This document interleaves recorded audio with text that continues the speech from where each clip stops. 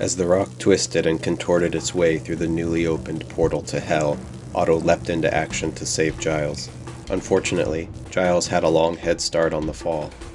Otto quickly took on Raven form and chased after his friend, diving down the edge of the cliff after him. 30 feet, 60 feet, 90 feet, he careened down at terminal velocity for a Raven. As Otto drew closer to the ground, he saw only a clearing and a mangled corpse. Landing quickly, he ran over to check Giles's vitals, but it was too late. Sad music had begun to play. And the cat's in the cradle and the silver spoon, the little boy blue and the man. Mbappe and Doggo soon made their way down the mountain, only to find Otto fruitlessly trying to resuscitate their friend. Suddenly, a flash of light blinded the party as Dark Vilma appeared before them. Greetings, travelers. It appears you have lost one of your party. I'm afraid that this is beyond my skill to heal, but I can offer one piece of advice. You may need to make a sacrifice to bring back Giles. Take something of his body, something of his person. In the Amber Temple, there is a chance to commit dark magic that can bring your friend back. Jinkies! The party wondered briefly what Giles's favorite possession would be, and while the obvious answer was Mace Windu, there wasn't much they could do there, as half of it was in a goat's mouth and the other half of it was in a dead guy's butthole. Taking time to think, the party decided to rest before making for the Amber Temple in the morning. Over a campfire, they shared comforting words. Mbappe even shared stories about Giles, although about 3 minutes into the story, it became clear that it was actually about some other guy named Giles that he had known a while before. The next day, the party made their way with Giles's corpse in tow to the Amber Temple. Upon arriving, they were warned by threatening signage that they must give up a sacrifice of knowledge or power in order to enter. As they crossed the threshold, a booming voice asked what they would give up. Mbappe held up the Golthias staff, and it dissipated in his arms. Doggo offered up a bone, which took some convincing, but the temple decided that it would accept it in the end. Otto said that he would give up knowledge. He hadn't told anyone in the party, but he was gay. The voice responded, "That is common knowledge," and asked for something else. Otto held up the blood spear, and it dissipated in his hands as well. The booming voice then asked the party what was the whole deal with that dead dude they were dragging around. After they explained, the voice told them to approach the altar inside to be met with instructions on how to restore Giles. It granted the party entry to the Amber Temple, warning them that there were other guardians of the temple, and to not partake in any of the treasures they found along the way. At the altar in the first room, the party learned that they would have to give their own vitality to restore Giles. Otto donated 20, Mbappe donated 10, and Doggo chipped in 10 as well. As they selected their amounts, daggers materialized in front of their hands. The party was instructed to cut their own hands, or paws, and rub them on Giles's face, which they did even though there was some disgusting cross-contamination going on. As they completed this task, dark energy filled the room. Giles's bones began to mend, and presently, a man who walked both planes stood before them. This was not the Giles they once knew. This was a Giles that had been touched by death. Reunited at last, the party delved deeper into the temple, eventually coming across a group of mountain folk, who they quickly determined were Helwa, the daughter of Sigrid, and her traveling companions. They were standing around and examining the body of one of their own, who had died mysteriously. In a surprise to everyone, Giles revealed a new ability to speak with the dead, as he summoned the corpse to speak, and it rose to answer his questions. The corpse revealed that a mountain folk named Freda had murdered him, and upon being accused, she attempted to escape.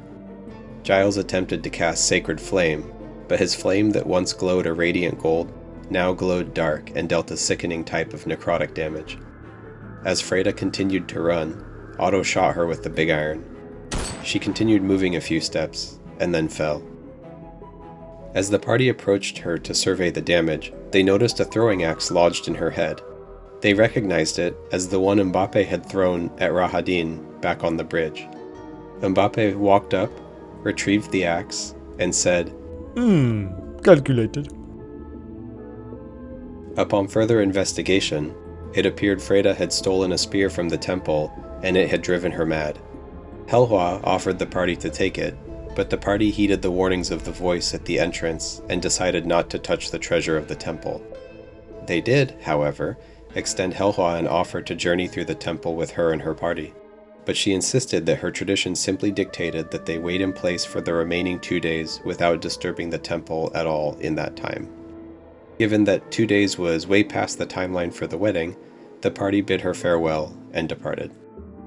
Moving into a nearby room, the party saw a number of ancient corpses strewn about the room. As they stepped in, the corpses began to rise and shamble towards the party. Caught off guard, Mbappe and Otto prepared to attack, but fortunately Giles knew what to do. He held out his holy symbol to destroy the undead. That's right, he held out his holy symbol and... After some thinking, Giles realized that maybe he needed to think differently.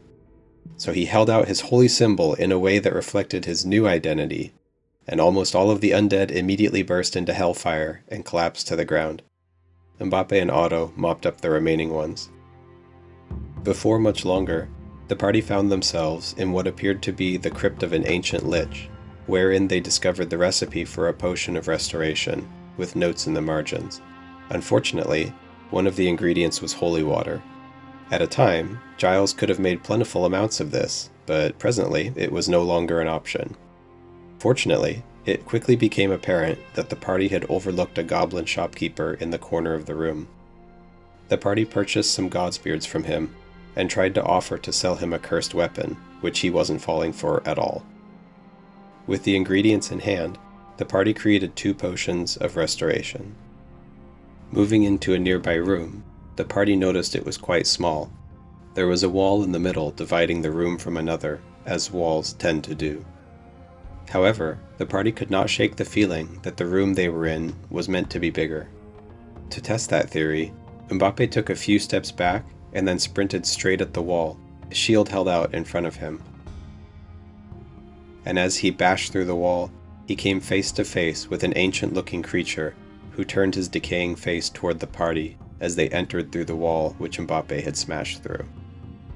The strange creature introduced himself as the Lich Exithanther, and upon seeing the book the party had stolen from his desk, he excitedly began poring over the knowledge that he had thought lost to time.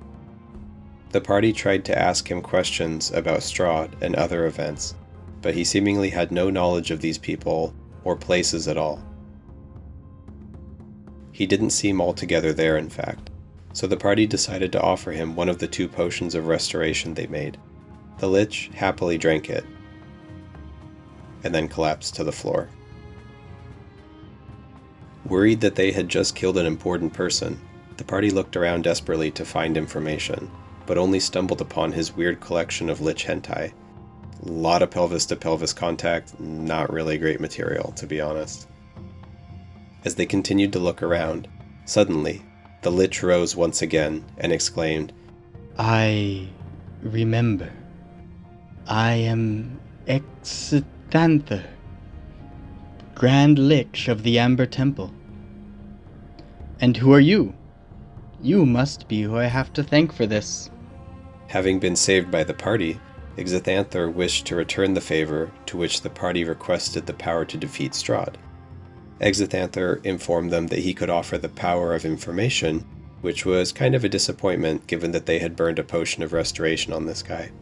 Exithanther informed the party of various locations in the lower levels of the temple that contained tools with which the party might defeat their foe. Since the party took more than 3 seconds to leave, Exithanther decided to launch into some exposition for their amusement. I once belonged to a society of wizards who built the Amber Temple more than 2,000 years ago. Its purpose was to contain dead, evil, or malevolent entities, and to hoard the forbidden knowledge they amassed. The temple was erected and dedicated to a god of secrets, with the intention that its forbidden knowledge would never be found. However, even the will of the god couldn't keep the temple's location a secret forever. Our society was forced to guard the temple, to keep its secrets from falling into villainous hands. However, the evil forces within the temple corrupted the wizards, turning them against one another. He paused his exposition here briefly in amazement that the party was still paying attention. I came sometime later after the wizards had all passed on, and vowed to watch over the temple in their stead, though not hoarding the secrets and instead deciding to share them openly. It was around this time that I became a lich.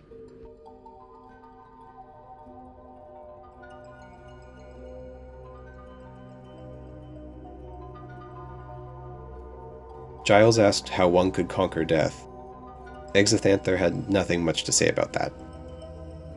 Getting back to my story, one day a man named Strahd came into the temple, seeking immortality.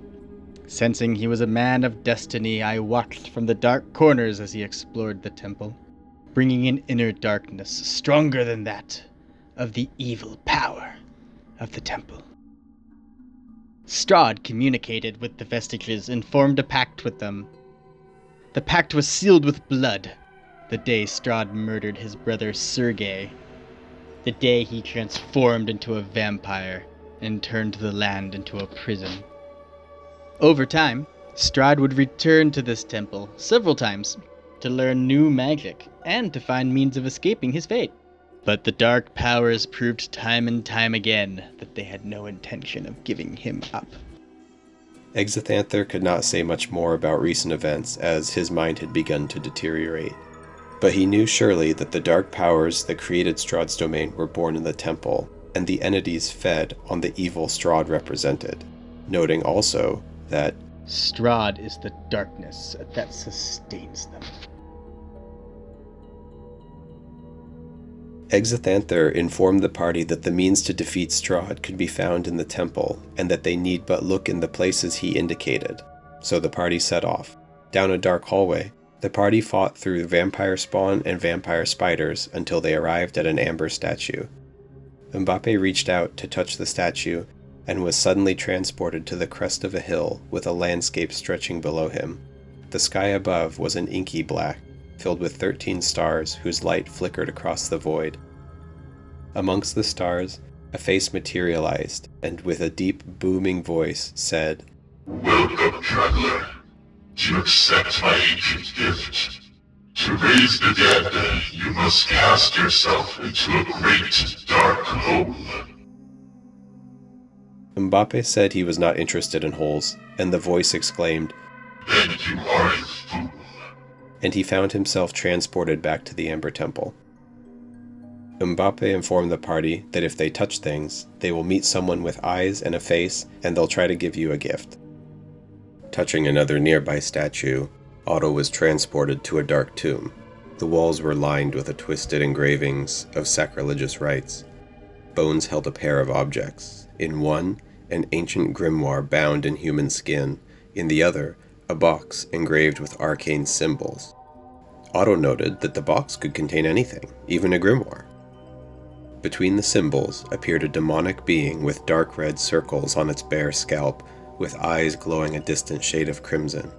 Around its neck, it wore a simple amulet forged of amber. It beckoned Otto. "Creature, welcome to my tomb." Otto began to ask a question, but was met with, "Do not interrupt me. I offer the power to become something far greater than yourself. All you must do is open the grimoire and read, and you shall become a lich." Huh. Well, this is a bad time to be illiterate. The frustrated being decided to curse him with basic reading comprehension, and Otto took the book. In it contained instructions on crafting a phylactery and crafting a potion of transformation. Before transporting back to his friends, he pocketed the grimoire out of sight. Suddenly, he began to feel an insatiable urge to acquire all magic and arcane knowledge. Giles touched yet another nearby statue and was transported to a dark field of twisted grass and dying trees. Littering the ground were shriveled corpses, all drained of blood. From a branch on an enormous tree looming far above hung a vampire bat with a gaping maw of teeth. It remained there, its eyes fixed upon Giles's approach. As though its voice beckoned from afar, It said, "Welcome, Giles. Present yourself to us as a sacrificial lamb. Allow my brood to tear you limb from limb and devour your flesh, mutilated by the great claws. If you let us do this, we will grant you a dark gift. Immortality." Giles ripped off his clothes. "Have at me." A swarm of bats quickly lunged at Giles, and before he could ask, "Wait, is this gonna hurt?" the bats began to rend his flesh as the vampire bat slowly approached until he swallowed his head.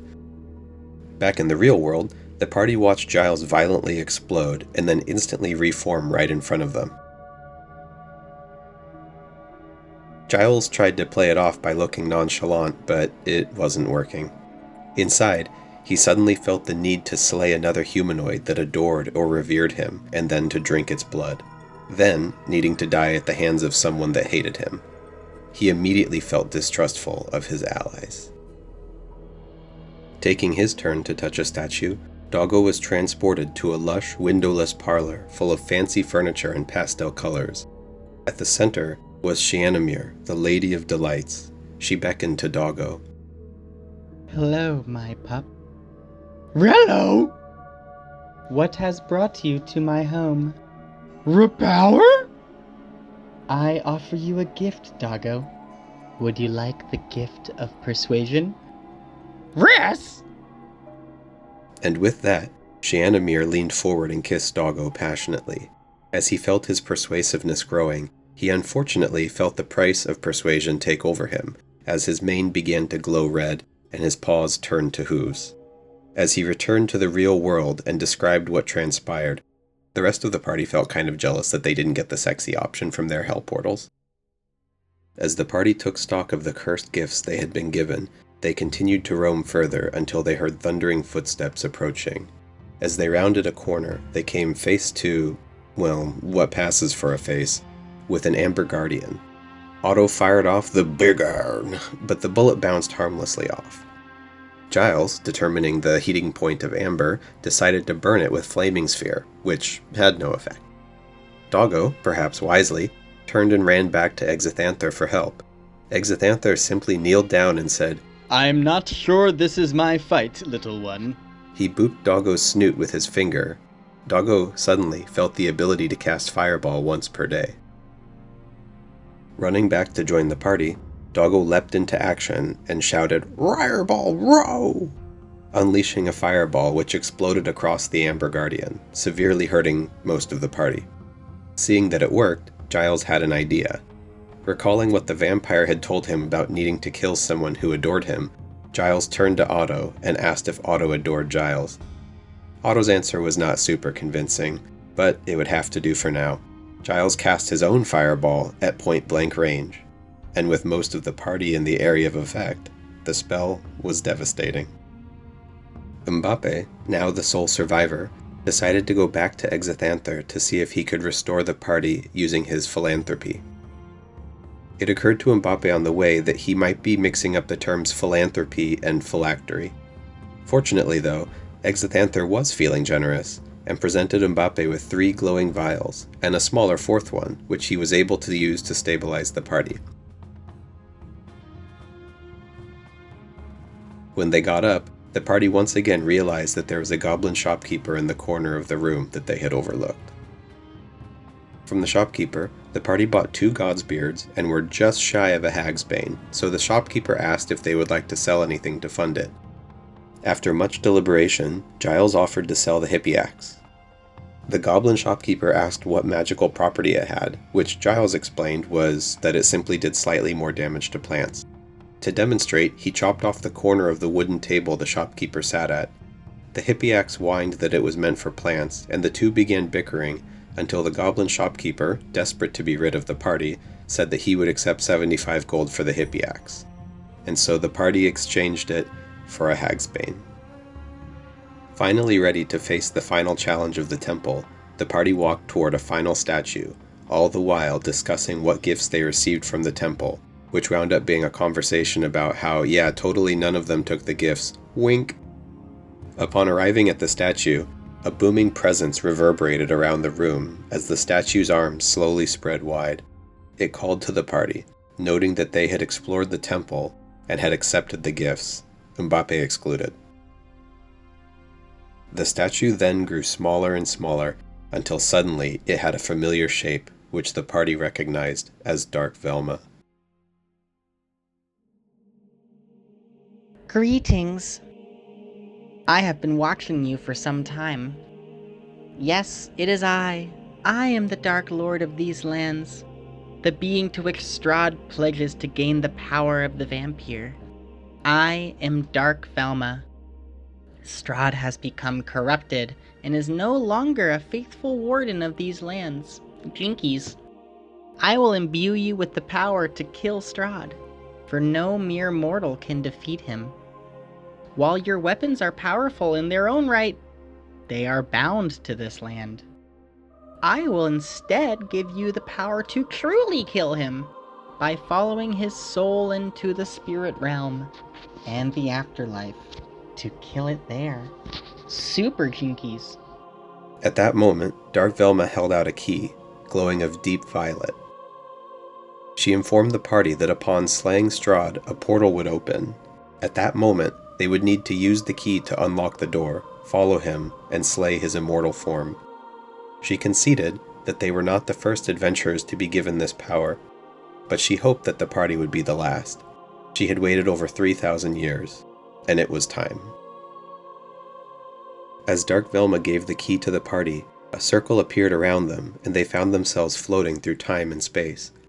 In their heads echoed the words, I am going to give you the aid of one of my most trustful servants. His name is Monkey. Monkey serves me well in the ethereal plane and is ready to walk amongst mortals. I have provided flying brooms for you, but you must make haste. As the party returned to real space, they found themselves outside the entrance to the Amber Temple. Before them were the brooms, as promised, and also a monkey. Hello, I am Monkey. The party mounted up and set off toward Castle Ravenloft, toward the final showdown with their nemesis.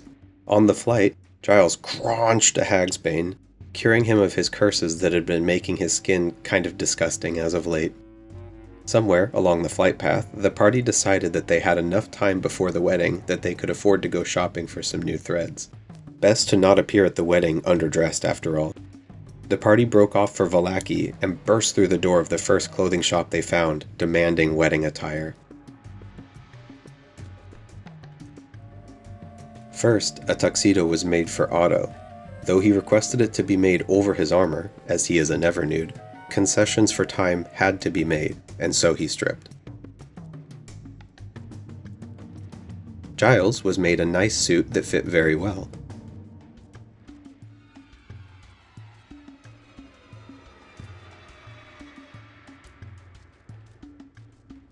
Mbappe was given a suit which did not fit very well.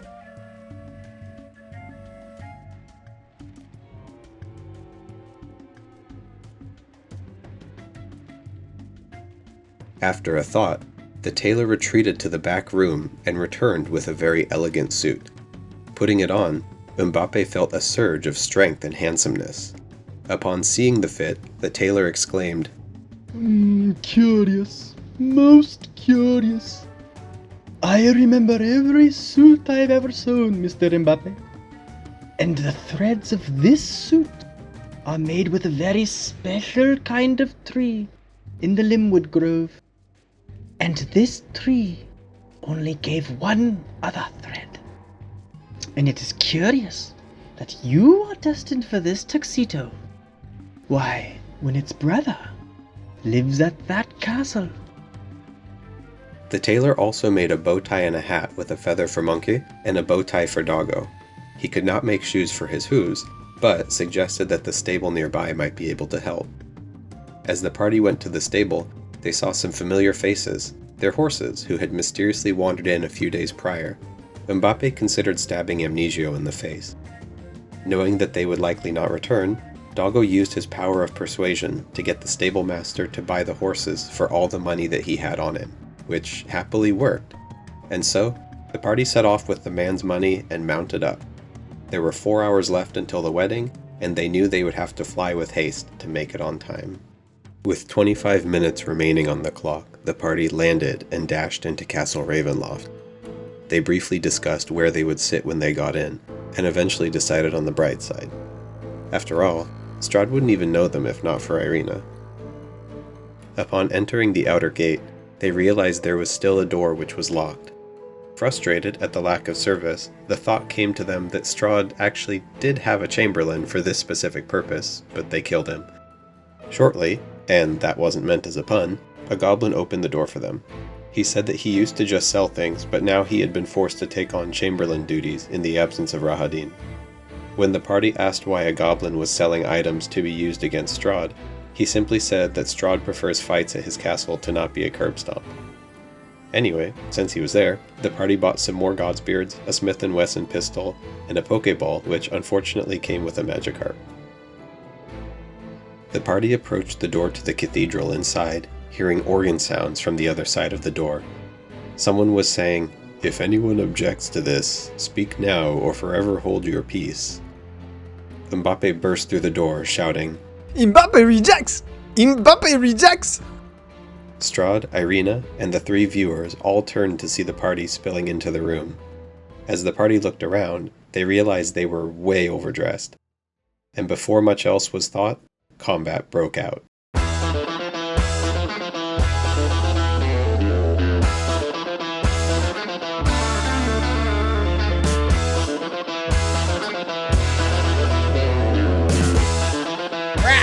You will not stop this wedding.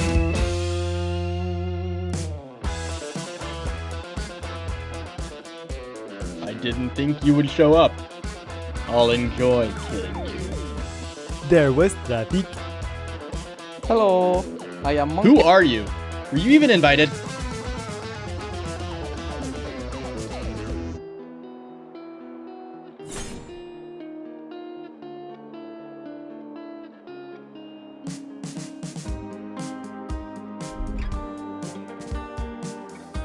Coward!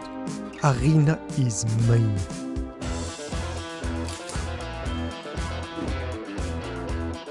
Omae wa mu hinderu. I mean, Otto, you've always wanted powers. We can do that together.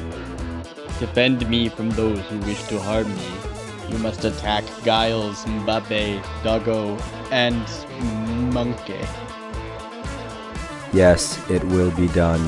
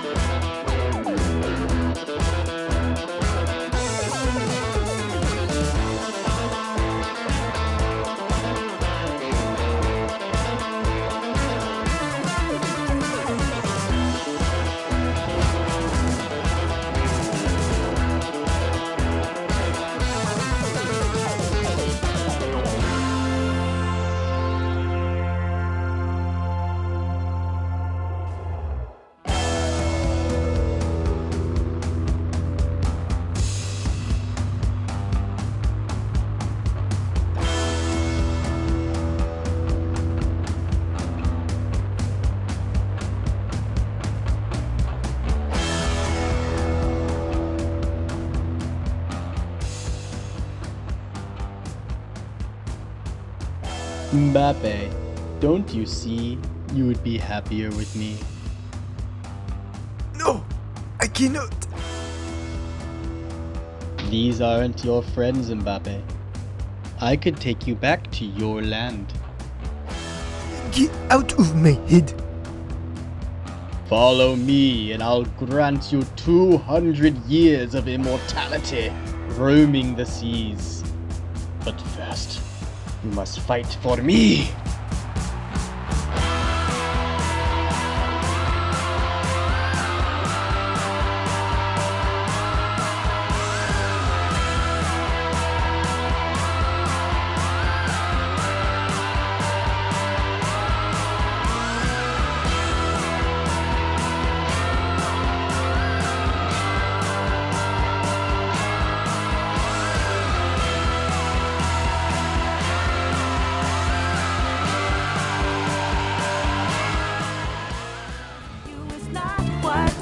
to photos. You never see it coming. You see that my mind is the best for eyes. You're done by the time it hits you, you're not surprised.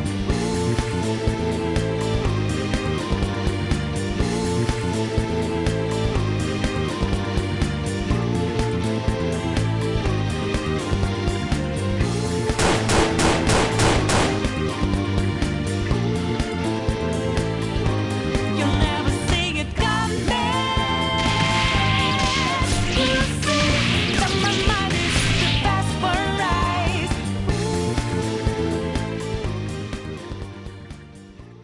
As Dark Velma had warned, Strahd's body was pulled into the portal as a defense mechanism. Irina, previously thought to be safe, was pulled in as well. From somewhere, the party heard Dark Velma's voice, Go now! You haven't much time! and so, the party dove in.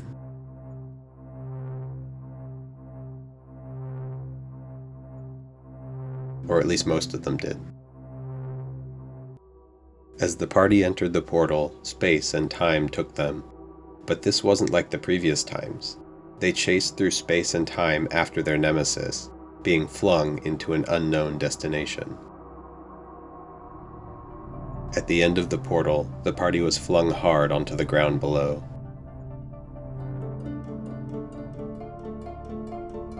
With heads and bodies aching and consciousness fading, the party began to fall unconscious as they felt the throbbing pain of the impact and cold chills of winter wash over them.